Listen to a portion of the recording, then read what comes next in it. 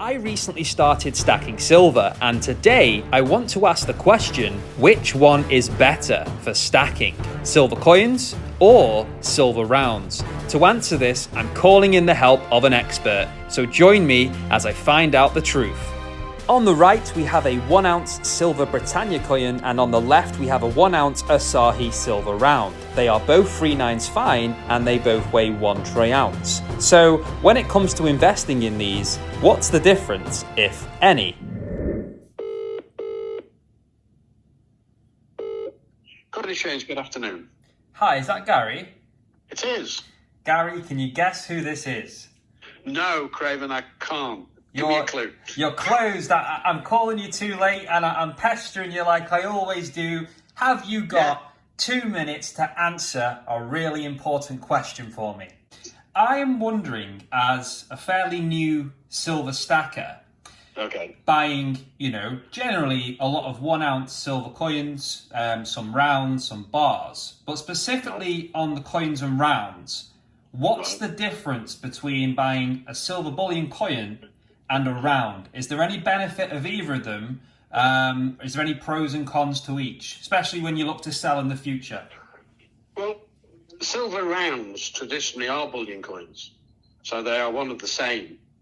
Now, if you're talking about a round silver coin, which would be something like a crown or something like that, which isn't pure silver, they're all going to be 925, or maybe 500. So, a silver round is theoretically a full not full, but 999 silver coin.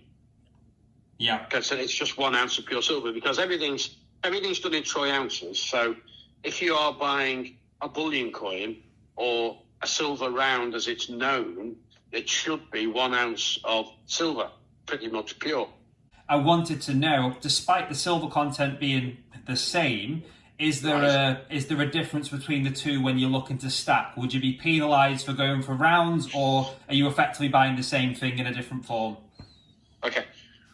When you're buying a coin as a bullion coin, a 1 ounce bullion coin, again, traditionally you're buying nearly pure silver, but more importantly, you're buying something which does not attract capital gains.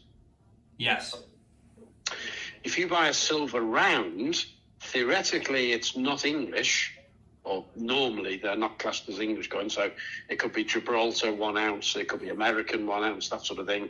It's still pretty much pure silver, but they normally turn them as just silver rounds. So I think it's just, it's a fine line between the two, and it depends how you see them as a collector of coins.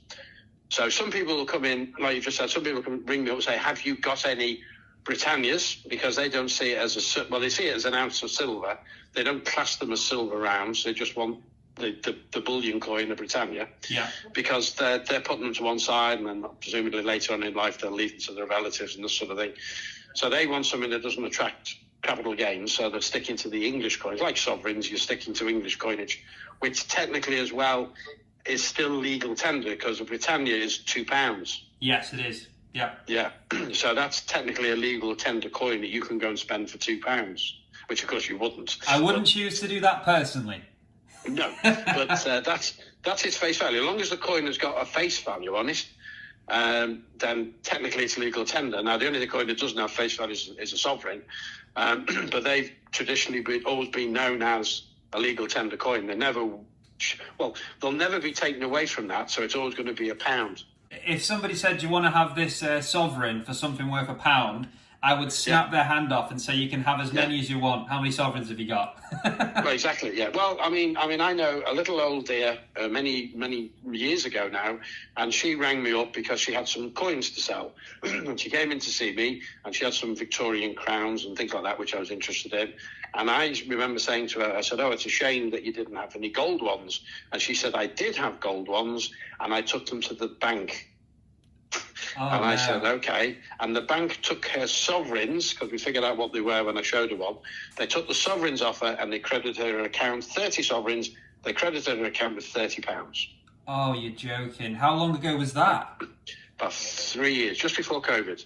Oh, I mean, a gold sovereign at the moment, it's one of the things that I would like, and they're currently just over £600 for, a Yes. generic gold sovereign. So that is, Yeah. did you say 30 of them?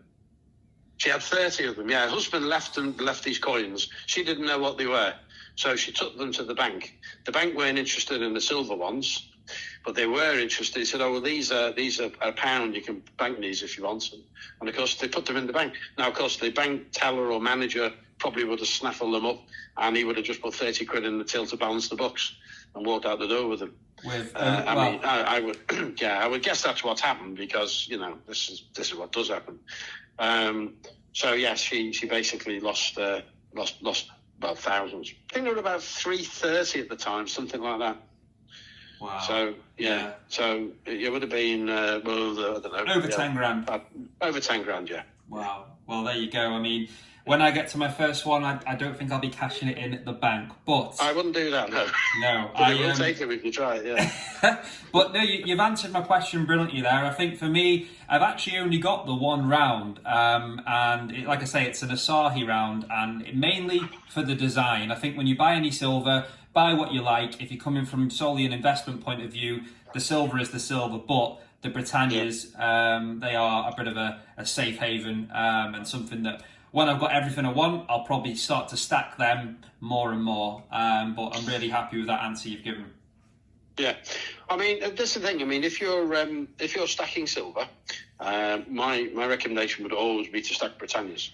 That's basically what I would say. I wouldn't be going down the road of foreign coins, although, there's nothing wrong with foreign coins, and there are silver, but it's just the fact that when it comes to selling them in the future, if you decided to do that, it's more difficult selling foreign coins than it is selling Britannias, because everybody knows what Britannias are, and they will buy them quite happily. They're very liquid, especially in the UK.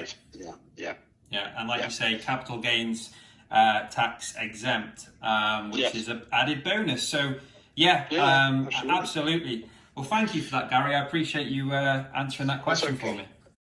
So there we go. A really interesting chat with Gary from the Coin Exchange. Thank you for answering my questions, Gary. It's always a pleasure to speak with you. And guys, whatever you decide to buy for your collection, as long as you're happy, that's all that matters. Thank you for watching. If you enjoyed, hit the like button, drop me a comment. I love reading them and I reply to them all. If you're not subscribed to my channel, hit the subscribe button, and whilst you're there, turn on the notification bell so you don't miss an upload. Apart from that, I will see you in the next one.